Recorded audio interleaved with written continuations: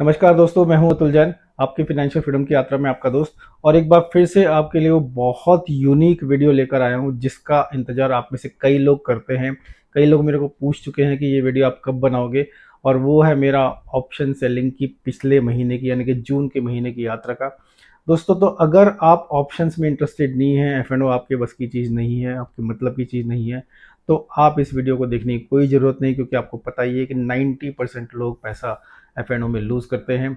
और बाकी जिन लोगों को ऑप्शन राइटिंग का कमाल पता है तो वो इस वीडियो को अच्छे से देखेंगे ही, क्योंकि ये महीना तो कुछ बहुत ही खास उस बारे में डिस्कशन करेंगे कि इस बहुत खास महीने में क्या मैंने कोई नया रिकॉर्ड बनाया, कैसी रही मेरी ट्रेडिंग, क्या वो एवरेज ट्रेडिंग थी, क्या वो नॉर्मल ट्रेडिंग थी। लेकिन आप वीडियो आगे देखने से पहले ही कमेंट्स में लिखिए कि इस महीने के ट्रेंड को देखकर आपको कैसा लगा, कि क्या मेरा सबसे बड़ा प्रॉफिट या लॉस हुआ होगा या नहीं। मैं तो बहुत एक्साइटेड हूँ इस वीडियो में वो सब चीज़ें शेयर करने के लिए। तो बहुत स्पेशल वीडियो होने वाला है दोस्तों, बहुत सारी नई चीज़ें लेकर आया हूँ बिल्कुल ऑप्शन सेलर्स को दिमाग में रख के। तो अगर आप मेरे ऑप्शन सेलर्स ग्रुप में हैं तो इस वीडियो को ऑलरेडी लाइक कर दीजिए, और अगर आप ग्रुप में होने वाले हैं तो आगे इसको लाइक कर ही देंगे। तो चलिए शुरू करते हैं। पूरे डेटा के साथ पीपीटी पर आपको दिखाऊंगा इतनी इतनी इंटरेस्टिंग चीज़ें। अगर आप दिमाग खोल के इस वीडियो को देखोगे तो इतना कुछ सीखने को मिलेगा आपको कि मैं उसको अभी से नहीं बता सकता। एंड में आप जरूर कमेंट्स में लिखेंगे कि आपको कितनी वैल्यू इस वीडियो से मिली। तो चलिए शुरू करते हैं मेरे जून महीने की ऑप्शन सेलिंग की यात्रा। क्या ये बेस्ट मंथ था, यही आपके दिमाग में क्वेश्चन होगा, क्योंकि निफ्टी की रेंज छोटी थी या फिर कुछ गूफअप करके मैंने बड़ा लॉस कर दिया। पूरी की पूरी बात करेंगे। तो दोस्तों, सबसे पहले disclaimer, training and educational purpose के लिए पूरा वीडियो है, कोई लालच आपको नहीं आना चाहिए। फ्यूचर, स्टॉक, ऑप्शन सबके सब बहुत ही रिस्की टूल है, आपको पता ही है। तो काफ़ी लॉस हो जाता है। फाइनेंशियल एडवाइजर से बात करके ही स्टॉक मार्केट में कुछ भी काम आपको करना चाहिए। तो चलिए शुरू करते हैं। बहुत इंपॉर्टेंट पॉइंट इस वीडियो के क्या है, बहुत स्पेशल महीना खत्म हुआ है। पूरा वीडियो देखिए, बीच में मत छोड़िए, क्योंकि कोई ना कोई इंपॉर्टेंट पॉइंट आपसे मिस हो जाएगा। बीच बीच में ज़बरदस्त जम्स आपके लिए लेकर आया हूँ। ऑप्शन सेलर्स का वीडियो है, 90% लोग पैसा लूज करते हैं ऑप्शंस में। इतना यूनिक कॉन्सेप्ट कोई और नहीं दिखाता, कोई और नहीं बताता, क्योंकि आप ये नहीं देख रहे हो कि मैंने कितना पैसा कमाया, लॉस किया। मैं अपनी पूरी की पूरी आपको चार्ट्स के साथ, निफ्टी के साथ और इंडिया विक्स के साथ दिखाता हूँ कि किस तरह से ट्रेडिंग होनी चाहिए, करनी चाहिए, किस तरह का माइंडसेट चलना चाहिए। तो उस पर्सपेक्टिव से चीज़ बहुत इंपॉर्टेंट हो जाती है। इस बार कुछ नई चीज़ें लेकर आया हूँ, बहुत स्पेशल चीज़ें लेकर आया हूँ। एक तो ट्रेडर्स का प्रॉफिटेबिलिटी डेटा। हाँ दोस्तों, मेरा एक व्हाट्सएप ग्रुप है जिसका नाम है ऑप्शन राइटर्स एक्सक्लूसिव क्लब। आप चाहें तो उस ग्रुप को ज्वाइन कर सकते हैं। केवल ऑप्शन राइटर्स के लिए, ऑप्शन बायर है तो उस ग्रुप को ज्वाइन मत कीजिए। नए लोगों के लिए नहीं है, जो थोड़ा एक्सपीरियंस हैं, जो प्रॉफिट कर रहे हैं, लॉस कर रहे हैं, उन्हीं लोगों के लिए ग्रुप है। उसमें आप अपने क्वेश्चंस पूछ सकते हैं। अगर आप एक्सपर्ट हैं तो लोगों के क्वेश्चंस के आंसर भी कर सकते हैं। तो उस ग्रुप में मैं हर रोज एक पोलिंग करता हूँ। तो उस पोलिंग के रिजल्ट्स का प्रॉफिटेबिलिटी डेटा आपको डे बाय डे दिखाऊंगा। तो ग्रुप के मेंबर्स, थैंक यू वो डेटा मेरे को देने के लिए। एक और बहुत खास चीज़ आपके लिए लेकर आऊँगा, पिछले 6 महीने की एनालिसिस निफ्टी के स्विंग्स के ऊपर कि निफ्टी ने कैसा परफॉर्म किया। तो इन जनरल ऑप्शन सेलर का क्या होता है, याद रखिए मैं ऑप्शन सेलर हूँ, प्राइमरीली आयन कॉन्डोर में काम करता हूँ, और उसमें भी निफ्टी बैंक निफ्टी ज़्यादा करता हूँ। पिछले 3 महीने से केवल निफ्टी बैंक निफ्टी कर रहा हूँ। वैसे मैं 10-20% पैसा अपना स्टॉक ऑप्शन में भी लगा देता हूँ। जो भी डेटा इस वीडियो में है, लोगों का डेटा, यूजर्स का डेटा, वो अनवेरीफाइड डेटा है। जो लोगों ने वोट दिया वही डेटा दिखा रहा हूँ। लेकिन हमारा ग्रुप के मेंबर्स इतने अच्छे हैं, वो सबके सब बड़ी जेन्युइनली डेटा डालते हैं, क्योंकि कोई कुछ उस ग्रुप में बेच नहीं रहा है। सबसे बड़ी खासियत उस ग्रुप की यही है। ऑप्शन राइटर्स एक्सक्लूसिव क्लब आपको ज्वाइन करना है तो उसकी आपको ज्वाइनिंग की प्रोसेस इस वीडियो के डिस्क्रिप्शन में मिल जाएगी। फॉर्म भरिए, लिंक को क्लिक कीजिए और आपको अप्रूवल के लिए मेल मेरे पास आ जाएगा व्हाट्सएप ग्रुप का। और हाँ, एक बहुत इंपॉर्टेंट चीज़, ऑप्शन राइटिंग की वजह से मेरे यूट्यूब पर 5000 सब्सक्राइबर्स आ गए हैं, उसके लिए बहुत बहुत धन्यवाद। लेकिन हाँ दोस्तों, 85% से ज़्यादा लोग वो सब्सक्राइबर्स नहीं है। तो अगर आप उनमें से एक हैं तो कृपया करके सब्सक्राइब कर लीजिए, नहीं तो इतनी ज़बरदस्त इन्फॉर्मेशन, इतनी यूनिक इन्फॉर्मेशन आपको नहीं मिल पाएगी। कोई कोर्स नहीं है, कोई फ़ी नहीं है, कोई पर्सनल ट्रेनिंग रिक्वेस्ट मुझसे मत कीजिए। मैं किसी को पर्सनली ऑप्शन सेलिंग नहीं सिखाता हूँ, अनलेस कोई मेरा सगा भाई हो तो बात अलग है। तो चलिए दोस्तों, ये था पिछले 1 महीने का निफ्टी। अगर आप देखो 1 जून से शुरू होकर एंड तक, चार्ट तो बड़ा इंटरेस्टिंग लग रहा है। लेकिन आप ये देखिए कितनी छोटी रेंज में निफ्टी पूरे महीने फंसा रहा, जो कि ऑप्शन सेलर के लिए जैसा मई में था ऐसे ही जून में रहा, तो बहुत अच्छी चीज़ है। लेकिन इसको आगे दिखाएंगे। निफ्टी ऐसा रहा, साथ में इंडिया विक्स ऐसा रहा। तो इंडिया विक्स अगर आप देखो तो 17.5 तक चला गया था और फिर वो फाइनली बीच में जब वॉर हुआ ईरान इसराइल का तब थोड़ा ऊपर गया और उसके बाद नीचे गिरता चला गया। तो फाइनली इंडिया विक्स बहुत लो आ गया है। इसका मतलब आप समझते हैं, बाकी एग्जैक्टली आगे समझाएंगे इसका मतलब। तो चलिए आ गए हम अपने Nifty India VIX. Mirror image हमेशा की तरह होती है। तो बहुत इंपॉर्टेंट चीज़ देखने वाली है दोस्तों, फिश बोन डायग्राम है। ऊपर का थोड़ा बड़ा, नीचे का थोड़ा छोटा, क्योंकि निफ्टी को मैं ज़्यादा स्पेस दी है। लेकिन अगर आप देखो बिल्कुल मिरर इमेज की तरह काम करता है, मतलब परफेक्ट मार्केट है, कोई दिक्कत नहीं है। और इंडिया विक्स इतने ऊपर से इतने नीचे चला गया, निफ्टी इतने नीचे से इतने ऊपर चला गया। तो मंथ का जो एंड हुआ है निफ्टी का हाईएस्ट पॉइंट है, मतलब मार्केट बुलिश मोमेंटम में है, और इंडिया विक्स का लो पॉइंट है। एक तरह से ऑप्शन सेलर्स के लिए इवेंचुअली बहुत अच्छी न्यूज़ वो नहीं है, पर देखते हैं कैसा महीना रहा। तो चलिए जल्दी से शुरू करते हैं। 2 तारीख महीने का पहला दिन, अगर आप देखो मार्केट थोड़ी गैप डाउन खुली और नीचे गई और फिर ऊपर चढ़ती चलेगी, तो एक तरह से पूरा का पूरा लॉस रिकवर कर दिया। और इस पूरी प्रोसेस में एक तरह से न्यूट्रल मार्केट रही, लेकिन मेरी फ्रेश पोजीशंस थी और उसमें 0.02% एक तरह से नेग्लिजिबल मेरे को प्रॉफिट ही हो गया उस दिन।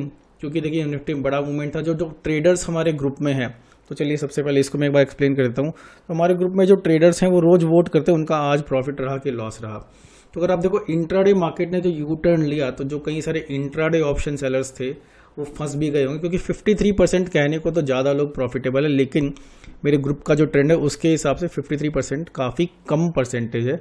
और हम आगे पूरी परसेंटेजेस डिस्कस करेंगे। तो बहुत ज़्यादा इंटरेस्टिंग एनालिसिस ट्रेडर्स के बारे में है, उसको आप देखिए, उसको आप समझिए, तो आपकी ऑप्शन सेलिंग की जर्नी खुद इंप्रूव हो जाएगी। क्योंकि एक दिन जब आधे लोग प्रॉफिट आधे लोग लॉस में होते हैं, तो कई लोग अपने आप को एनालाइज करते हैं, लेकिन इसका ये मतलब नहीं है कि आप अपनी एनालिसिस चेंज कर दें या अपनी ट्रेडिंग चेंज कर दें। क्योंकि कोई स्ट्रैटेजी कई दिन बहुत अच्छी चलती है, कभी कभी नहीं चलती। तो हर एक स्ट्रैटेजी का दिन होता है, आप दिन के हिसाब से स्ट्रैटेजीज बदल नहीं सकते। आपको पहले से नहीं पता है मार्केट में क्या होने वाला है। इसके बाद आई 3 तारीख। 3 तारीख को अगर आप देखो मार्केट थोड़ा ऊपर खुल के नीचे गई, लेकिन उसमें एक इंटरेस्टिंग चीज़ ये हुई कि जो 2 तारीख को मार्केट नीचे गई थी, उसमें जो पोजीशंस का एडजस्टमेंट किया था वो थोड़ा मेरे को हेल्प कर गया। और इवन तो नीचे गिरी, बहुत बड़ी रेंज नहीं बनाई, लेकिन जो 2 तारीख को एक तरह से कम प्रॉफिट हुआ था, 3 तारीख को बहुत अच्छा 1.98% प्रॉफिट हो गया। क्योंकि अगर आप देखो जिस भी दिन मेरा प्रॉफिट होगा, आपको एक चीज़ क्लियर नजर आएगी, मार्केट की रेंज थोड़ी छोटी और इंडिया विक्स अगर नीचे गिरा है, नेट नीचे गया, इंडिया विक्स नीचे आता है तो प्रॉफिट बढ़ता है, इंडिया विक्स ऊपर जाता है तो प्रॉफिट घटने के या नुकसान होने के चांसेस ज़्यादा हैं। जैसे यहाँ पर इंडिया विक्स कौन सी तारीख है, 11, 12 तारीख, 12, 13 तारीख है, यहाँ पे जरूर लॉस हुआ होगा। चलिए आगे बढ़ते हैं। तो आ गई 4 तारीख को बहुत छोटी रेंज मार्केट की और इंडिया विक्स और नीचे गिरा, ऑटोमेटिकली पैसा बना। हाँ, एक चीज़ तो मैं तो बतानी भूल गया, 3 तारीख को 88% ट्रेडर्स प्रॉफिट में थे, जो कि बहुत ज़बरदस्त नंबर है। क्योंकि ट्रेंडिंग मार्केट भी थी ना, छोटी रेंज थी, ट्रेंडिंग थी, तो डायरेक्शनल लोगों ने भी पैसा बनाया और नॉन डायरेक्शनल वालों ने भी पैसा बनाया। क्योंकि ट्रेंड रिवर्स कहीं पे ढंग से नहीं हुआ, रिवर्स होता है तब लोग फंसते हैं। तो 4 तारीख को बहुत अच्छी प्रॉफिटेबिलिटी लोगों की 85%, मेरा अपना 1.84%। अगर आप देख रहे हो कि 3 दिन में ही 3.84% पैसा बन गया। क्यों बन रहा है इतना पैसा? तो आप ये देखो, अगर इंडिया विक्स नीचे गिरा उसका फ़ायदा मिला, दूसरा इतने मोटे प्रीमियम्स मार्केट में हैं और भी ज़्यादा मज़ा आ जाता है। तो चलिए आगे बढ़ते हैं। 5 तारीख को अगर आप देखो तो मार्केट थोड़ी चौपी रही, ऊपर नीचे, तो नीचे गिरनी शुरू हो गई थी, वो थोड़ी ऊपर हो गई, तो एक तरह से वापस इंडिया विक्स नीचे गिरा और ऑटोमेटिकली 0.74% मेरा पैसा बन गया। इतनी ईजिली पैसा बन रहा था इस महीने कि मैं आपको क्या बताऊं। और फिर आ गई 6 तारीख यानी कि फ्राइडे। हाँ, 5 तारीख एक्सपायरी थी। फ्राइडे को गैप अप ओपनिंग हुई, लेकिन मार्केट ऑब्वियसली इंडिया विक्स नीचे गिरा। और देखिए इतनी अच्छी ट्रेडर्स की भी प्रॉफिट परसेंटेज चल रही है, 83% थी। अब 6 तारीख को ट्रेडर्स की परसेंटेज 66 रह गई। मेरा अपना लॉस हो गया, क्योंकि ये जो गैप अप था इसको संभालने में थोड़ी जान। तो देखिए इवन दो इंडिया विक्स नीचे है, लेकिन क्योंकि गैप अप हुआ और बड़ा गैप अप था, बड़ी कैंडल थी, उसको संभालने में दिक्कत हो गई और मेरा लॉस 3.78% रह गया। ट्रेडर्स 67% प्रॉफिटेबल थे।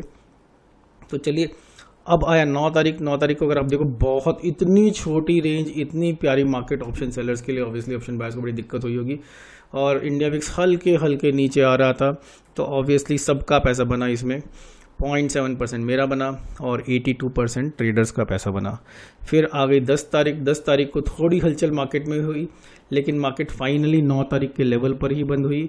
इंडिया विक्स और गिरता रहा और ऑटोमेटिकली सबका पैसा बना। मेरा तो ऑलमोस्ट 2%, देखिए 2-3% वो पैसा है जो मैं महीने में टारगेट करता हूँ। पर कहीं ना कहीं इतनी इजी मार्केट चल रही थी, पिछले मई के महीने से इजी मार्केट चल रही थी छोटी रेंज में, तो थोड़ा जो मेरे स्ट्रैंगल्स थे वो थोड़े क्लोज थे।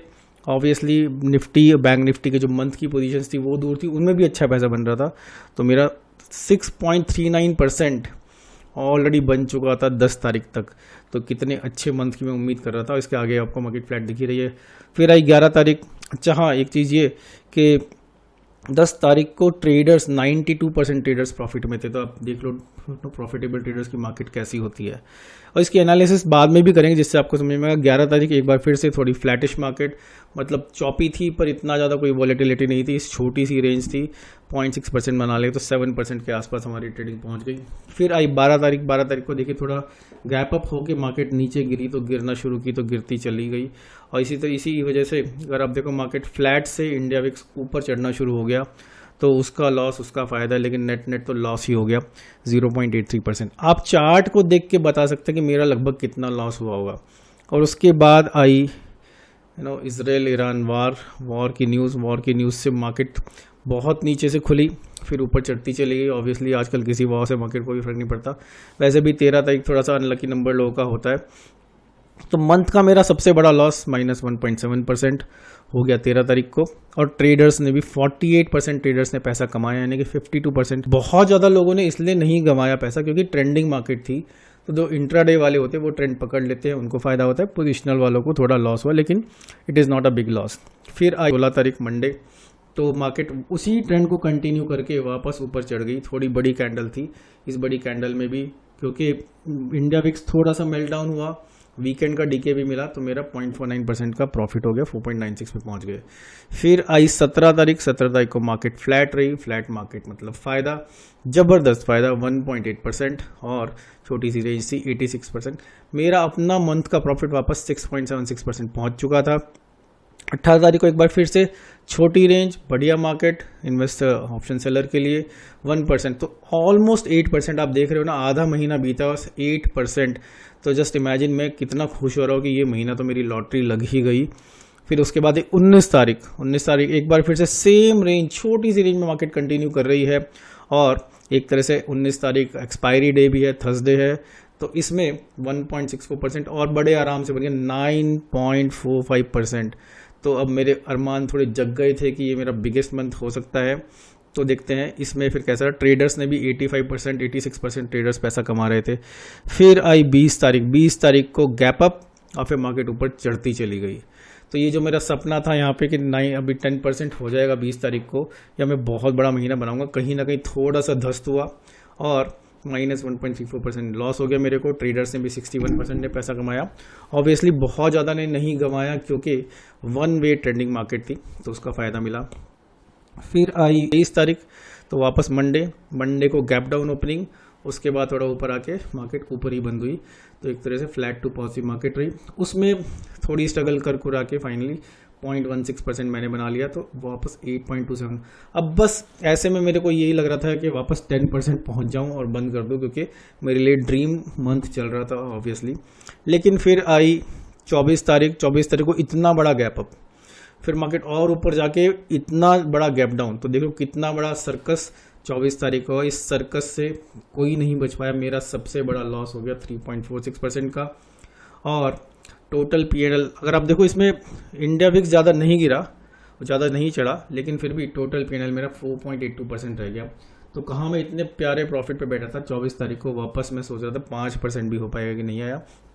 ऑब्वियसली ट्रेडर्स ने 58% ने ही प्रॉफिट किया। तो ऑप्शन सेलर इन जनरल फायदे में ही रहते हैं, सभी को पता है। फिर आई 25 तारीख, थोड़ा मार्केट ऊपर ओपन हुई और फिर ऊपर छोटी सी रेंज में काम किया।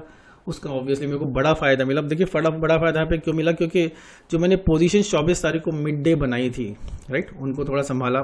और फिर वेडनेसडे था ये, तो थोड़ा डीकेज भी ज़्यादा मिले। वीक वाली पोजीशन मेरी काफ़ी हैवी हो चुकी थी, तो 2.5% एक तरह से महीने का सबसे बड़ा प्रॉफिट वाला दिन मेरे लिए यही रहा। उसके बाद आगे बढ़े हम 26 तारीख यानी कि थर्सडे एक्सपायरी में आपको पता ही है मार्केट ऊपर फटती चली गई, और कई लोग को समझ में नहीं आया कि इतनी जोर से ऊपर क्यों जा रही है। लेकिन नया ब्रेकआउट, मल्टी मंथ ब्रेकआउट 26 तारीख यानी थर्सडे को हो गया। उस ब्रेकआउट में मेरे को 0.66% लॉस हो गया, तो 6.67%। तो क्या अब मेरा बेस्ट मंथ जाएगा? देखिए, ये वीडियो मैं बना रहा हूँ, मैं नहीं चाहता कि मंडे जब मंथ एंड हो तो फिर पता नहीं कितने दिन मेरे को वीडियो बनाने में लग जाएंगे, इसलिए मैं एक दिन पहले ही वीडियो बना रहा हूँ, ये बात याद रखिए। फिर आया मंथ का लास्ट डे, छोटी सी रेंज में मार्केट ने काम किया, ऊपर गई, तो उस छोटी सी रेंज का मेरे को फ़ायदा पूरा मिला और 0.74% पैसा बना के, तो मेरा ये महीना 7.4% पर क्लोज हो गया, जो कि एक तरह से ड्रीम मंथ होता है उस इंसान के लिए जो 2 से 3% बनाना चाह रहा है। सिंपल आयन कॉन्डोर, लेकिन याद रखिए महीना आयन कॉन्डोर वाले के लिए बेस्ट था क्योंकि मार्केट कहीं हिली नहीं। तो हर 10 लाख रुपए पे मैंने 74,000 रुपये कमाए। तो congratulation Atul Jain, one of the dream months मैं बोलूँगा, लेकिन बेस्ट मंथ नहीं था। पर हाँ, अगर आप यहाँ देखो 19 तारीख को तो लग रहा था भैया ये महीना तो बस वारे न्यारे हो गए, जो कि वैसे भी हो गए, उसमें कोई दो राय नहीं है। तो चलिए कुछ इंटरेस्टिंग एनालिसिस आपको जो मैंने शुरू में प्रॉमिस की थी वो भी दिखाता हूँ, फिर इस डेटा की भी एनालिसिस और आगे करेंगे। इंटरेस्ट देखिए, जनवरी में मैंने मेजर स्विंग्स मार्केट के काउंट किए। जनवरी में निफ्टी का कितना मूवमेंट था? 2700 पॉइंट का। मेरा जनवरी अच्छा पॉजिटिव था।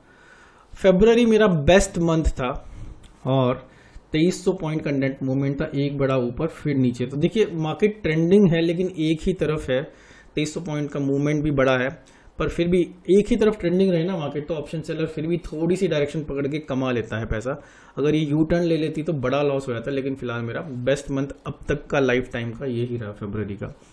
फिर आया मार्च। मार्च में अगर आप देखो तो मार्केट एक तरफा ऊपर गई तो अच्छा मेरा पैसा बन रहा था, लेकिन ये जो बाद में थोड़ा सा स्विंग आया नीचे का, इसमें काफ़ी गड़बड़ हो गई थी मेरे साथ।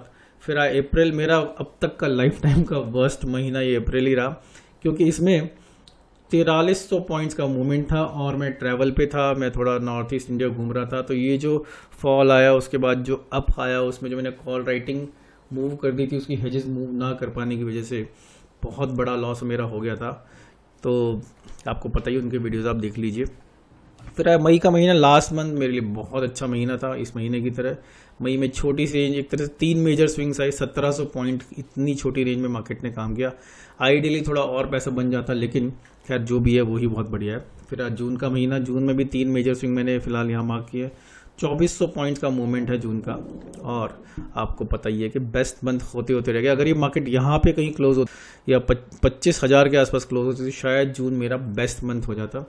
देखिए कितनी तरह से आप अपनी ट्रेडिंग को एनालाइज कर सकते हो। तो अगर आप जर्नलिंग प्रॉपर कर रहे हो, तो मैं रजिस्टर में जर्नलिंग नहीं करता, मैं कंप्यूटर में करता हूँ, तो जिससे मेरा बहुत सारा डेटा कैप्चर हो जाता है, जिससे मैं बहुत सारे एनालिसिस करके अपना आगे का इम्प्रूवमेंट ला सकता हूँ। और ऑब्वियसली चार्ट देखकर भी आपको काफ़ी कुछ समझ में आता है, जैसे जैसे हमें क्लियरली दिख रहा है कि मार्केट ऊपर के ट्रेंड में है। तो अगर आपको एनालिसिस बाय मंथ पसंद आई है तो लिखिए, इसमें कई सारे डेटा पॉइंट्स अपने P&L के हिसाब से भी ऐड कर सकता हूँ, लेकिन फिलहाल मैंने आपके लिए एक बिल्कुल छोटी सी नज़र में ये डाला है। फिर आते हैं बिगेस्ट प्रॉफिट एंड लॉस। तो पूरी की पूरी जो टेबल आपको दिखाई थी उसको अगर हम देखें तो देखिए मेरा सबसे बड़ा प्रॉफिट ओवरऑल 9.45% था जब 19 तारीख ही थी। तो अभी 6 ट्रेडिंग सेशन ही और मंडे 7 ट्रेडिंग सेशन बाकी थे। तो ऑब्वियसली मेरे से इंसान सोच रहा था कि ये महीना मेरा बेस्ट मंथ हो जाएगा, प्लस 10% क्रॉस हो जाएगा, लेकिन ऐसा हो नहीं पाया। इवेंचुअली 7.4% पर मेरी ट्रेडिंग बंद हुई।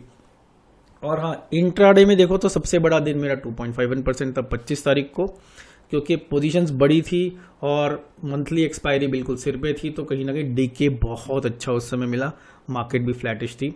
और सबसे बड़ा लॉस उससे एक दिन पहले ही था 24 तारीख को। ये सारा मंथली एक्सपायरी के आसपास के सारे गेम्स होते हैं। इसको अगर हम चार्ट में देखना चाहें तो मैं ये बोल रहा हूँ, इस पॉइंट पर मेरा एक तरह से बिगेस्ट ओवरऑल प्रॉफिट था, जो फाइनली थोड़ा कम हुआ, और बिगेस्ट इंट्राडे लॉस 24 तारीख का और बिगेस्ट इंट्राडे प्रॉफिट 25 तारीख का। तो ये आपको एक एनालिसिस मिली। अब एक और इंटरेस्टिंग एनालिसिस लोगों के दिखाता हूँ आपको, जो ऑप्शन राइटर्स क्लब है उसके प्रॉफिट डेटा।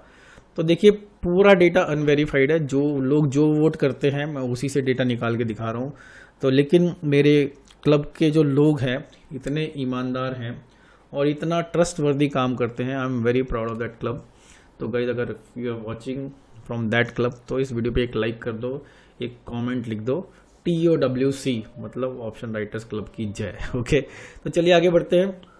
सबसे प्रॉफिटेबल दिन 92% 10 तारीख को था, देखेंगे एक बार उसमें क्या हुआ था। और फिर सेकेंड नंबर प्रॉफिटेबल 88% 3 तारीख को था, और तीसरे नंबर पर 87% last day of the month, Friday मतलब। तो और उसके बाद 86% 17 तारीख को। तो चलिए वापस देखते हैं इनको। देखिए ये इतनी छोटी सी रेंज में निफ्टी ने काम किया, इंडिया विक्स भी गिरा, सबको फायदा मिला। तो ये मोस्ट प्रॉफिटेबल डे था हमारा। और 10 तारीख को, फिर 3 तारीख को, देखिए 3 तारीख को क्योंकि मार्केट की पोजीशंस बड़ी बड़ी लोगों की बनी हुई थी और कहीं ना कहीं मार्केट छोटी रेंज में काम किया, बड़ी वॉलेटिलिटी आती, लेकिन लोगों का फायदा भी काफ़ी हुआ। 27 तारीख को छोटी सी रेंज, लोएस्ट विक्स। तो एक तरह से अब इतने अच्छे दिन नहीं रहे, अच्छे दिन जाने वाले हैं, ये समझ लीजिए आप। और 17 तारीख को भी बहुत छोटी रेंज, फॉलिंग विक्स। तो ये 4 हो गए प्रॉफिट वाले दिन। चलिए अब थोड़ा नुकसान की भी बात करते हैं। देखिए लॉस में अगर आप देखो तो ये महीना कोई खास लॉस था ही नहीं। 48% लोगों का प्रॉफिट हुआ था 13 तारीख को। तो सबसे बड़ा लूजिंग दिन यही था लोगों के लिए। और नहीं तो कई महीने मेरे अधिकतर 10-20% वाले भी आ जाते हैं, लेकिन इस महीने कोई ऐसा नहीं था। उसके अलावा 26 तारीख को 51% लोगों ने लूज़ किया, और देखिए, और फिर उसके अलावा 12 तारीख को 53%। तो इन तीनों दिन मेरा अपना पर्सनल भी लॉस था, लेकिन जो मेरा सबसे बड़ा लॉस का दिन था 24 तारीख, उसमें ज़्यादा लोगों का लॉस नहीं हुआ। तो ये भी इंटरेस्टिंग पॉइंट है, इसकी मैंने एनालिसिस की है कि मेरे साथ ऐसी गड़बड़ क्यों हुई, क्योंकि मैं बहुत हैवी पोजीशंस में बैठा था किसी 99 के फेयर में, उसकी बात करेंगे। तो चलिए सबसे बड़े लॉस वाला दिन ये हो गया 13 तारीख, और उसके बाद सेकेंड में देखिए बड़ी कैंडल मतलब लॉस, और अगर उसमें रिवर्सल आ जाता तो और भी बड़ा लॉस हो जाता। तो चलिए ऑप्शन राइटर्स के लिए one of the best months मेरे ग्रुप में निकल गया। तो इन जनरल भी ऑप्शन राइटर्स का ऐसा ही हुआ होगा। अब जून के बहुत इंटरेस्टिंग ऑब्जर्वेशन आपको बताता हूँ। मेरे लिए सेकंड बेस्ट मंथ ये था। ये क्यों हो रहा है? क्योंकि जर्नलिंग और सेल्फ लर्निंग से इतना मेरे को सीखने को मिल रहा है। तो आप सोच रहे वीडियो मैं आपके लिए बना रहा हूँ, लेकिन ये वीडियो बनाते हुए जो मेरे को रियलाइजेशन हो रहे हैं उसका मेरे को बहुत फ़ायदा मिलता है। साइकोलॉजी बहुत इंपॉर्टेंट है, बताता हूँ आपको। देखिए क्योंकि मेरा प्रॉफिट अच्छा चल रहा था, मिड मंथ में ही 9.5% हो गया था, और मार्केट कहीं जा ही नहीं रही थी, तो कहीं ना कहीं मुझे लगा कि यार थोड़ा रिस्क ले सकते हैं, क्योंकि कुशन मेरे पास क्रिएट हो गया था। जब इंसान का बड़ा प्रॉफिट हो जाता है ना, तो थोड़ा बहुत वो ऑप्शन बाइंग में भी खेल जाता है। मैं वो तो नहीं खेला, लेकिन मेरी जो टाइट पोजीशंस थी, स्ट्रैडल थे, इन्वर्टेड स्ट्रैडल था, वो मेरा बना रह गया। 99 का फेयर, हाँ दोस्तों, बड़ा सबसे बड़ा महीना चाहिए था मेरे को, तो 99 के फेयर में पड़ गया मैं। और ऑल्सो मेरे को लग रहा था 10% प्रॉफिट क्रॉस हो जाए, तो वो चीज़ें नहीं हो पाई। तो ये पूरा साइकोलॉजी का खेल है। मार्केट को नहीं पता कि मेरा बिगेस्ट मंथ है या मेरा 10% होने वाला। मार्केट तो अपने हिसाब से काम करेगी, पर हाँ थोड़ा मैं साइकोलॉजी वाइज इन चीज़ों में खेल गया। India VIX, high VIX, low volatility, big plus. I think ये ड्रीम मंथ था, इसीलिए क्योंकि 17-18 का विक्स पूरे महीने रहा, 16, 17, 18, और मार्केट कहीं गई नहीं। तो इतनी छोटी रेंज में मार्केट ने काम किया, इतने बड़े विक्स पे उसका फ़ायदा मिला। और हाँ डिस्ट्रीब्यूशन करें तो देखिए इंटरेस्टिंग चीज़ ये है कि 40% मेरा प्रॉफिट निफ्टी से आया, 60% बैंक निफ्टी से आया। इस महीने भी मैंने स्टॉक ऑप्शंस पे ट्रेड नहीं किया, जबकि बैंक निफ्टी में 40% कैपिटल मेरा इन जनरल डिप्लॉयड था, उसमें 60% मेरा जो प्रॉफिट है वहाँ से आया। तो कहीं ना कहीं बैंक निफ्टी ने मंथली पोजीशन में बहुत अच्छा मेरे लिए काम किया, और निफ्टी ने थोड़ा कम अच्छा किया, लेकिन वो भी बढ़िया था। उसमें हर वीक करता हूँ, राइट, और बंद के भी करता हूँ। अब ऑप्शन सेलर्स का माइंडसेट और प्रॉफिटेबिलिटी आपको समझ में आ ही गया होगा। आपने चार्ट देखा, ऑप्शन सेलर्स का डेटा देखा, तो आप समझ सकते हैं। इन जनरल ओवरऑल पूरे महीने का देखो तो 74% एवरेज प्रॉफिटेबल ट्रेडर्स थे, एवरेज बेसिस पे पूरे महीने, तो जो बहुत अच्छी परसेंटेज है। इसीलिए सेबी का डेटा ऑप्शन सेलर्स पे अप्लाई नहीं होता। बस मैं इतना ही कह सकता हूँ, एफ एंड ओ प्रॉफिटेबिलिटी में ऑप्शन सेलर्स का थोड़ा उल्टा ही चलता है काम। ओके, जून मंथ बढ़िया था, और नॉट नहीं है, नाउ है, now profitable 4 out of 5 times. तो बेसिकली पिछले 5 साल से जो मैं डेटा अपना जर्नल कलेक्ट कर रहा हूँ, उसके हिसाब से मेरा पिछले 5 साल में चौथी बार में प्रॉफिटेबल हूँ। तो जून के महीने में एक बार में लॉस में रहा हूँ। तो June is a good month for me, ये मेरी बात है। और फरवरी के बाद सबसे बड़ा ओवरऑल गेन था मेरा परसेंटेज वाइज। अब चलिए जुलाई की बात करते हैं। जो बीत गई वो बीत गई, एक दिन बचा है, उसकी ट्रेडिंग समरी में नहीं डालूंगा, बाद में कुछ पॉइंट पड़ता नहीं है। तो जुलाई मेरा 4 में से 3 बार प्रॉफिटेबल रहा है, तो इंटरेस्टिंग मंथ है मेरे लिए। देखते हैं ये भी 5 में से 4 हो जाएगा कि नहीं हो जाएगा। बहुत इंटरेस्टिंग चीज़ ये है कि जुलाई 5 वीक की एक्सपायरी हुई 31 जुलाई को है, तो 5 वीक की सीरीज़ है, तो प्रीमियम्स उसी हिसाब से मंथ के थोड़े ज़्यादा होंगे, क्योंकि 1 वीक आपको एक्स्ट्रा मिल रहा है। और हाँ, एक जस्ट एडिशनल पॉइंट ऐड कर दिया, क्योंकि मैं मंथ की एनालिसिस आपको दिखा रहा हूँ। तो पिछला दिसंबर और एक्चुअली हर साल का दिसंबर मेरे लिए एक सबसे ख़राब महीना रहा है। छुट्टियों का टाइम होता है, मैं सोचता हूँ थोड़ा एक्स्ट्रा पैसे कमा लूँ, क्योंकि कहीं हम बाहर घूमने जाते हैं, मेरे बच्चे यूएस से आए हुए होते हैं, पर कहीं ना कहीं दिसंबर मंथ में मार्केट बहुत ज़्यादा डांस कराती है मेरे को। तो अब से मैं इस बार ध्यान रखूँगा, क्योंकि ये डेटा मेरे को काम आता है कि दिसंबर मंथ मेरे लिए रिस्की है, तो थोड़ा मैं सेफ खेलूँगा। इस समय विक्स बहुत ही कम है। ऑब्वियसली ऑप्शन सेलर्स के लिए अच्छी न्यूज़ नहीं है, तो स्प्रेड्स में काम ज़्यादा करना चाहिए, लेकिन मैं एन कॉन्डोर वाला ही पर्सन हूँ, तो थोड़ा मेरे को उसको एक्सपेक्टेशन को करना पड़ेगा, रिड्यूस करनी पड़ेंगी एक्सपेक्टेशन पोजीशंस। फिलहाल मेरी पोजीशन थोड़ी हैवी लगी हुई है 3 जुलाई की, और उनको मैं कम कर नहीं पा रहा हूँ, क्योंकि 3 जुलाई की पोजीशन मैंने लगभग 20 जून को बनानी शुरू कर दी थी, तो जिनमें थोड़ा सा मेरे को लॉस प्रॉफिट हो गया, लेकिन उसका पूरा डेटा एकोमोडेटेड है जो भी मैंने डेटा आपको दिखाया है। पर हाँ, फिर 3 जुलाई का स्टैडल बना हुआ है, एडजस्टमेंट करते करते एक्चुअली थोड़ा in the money call writing भी हुई है, वो बस उसके अगेंस्ट मैंने पुट भी खड़े किए हुए हैं।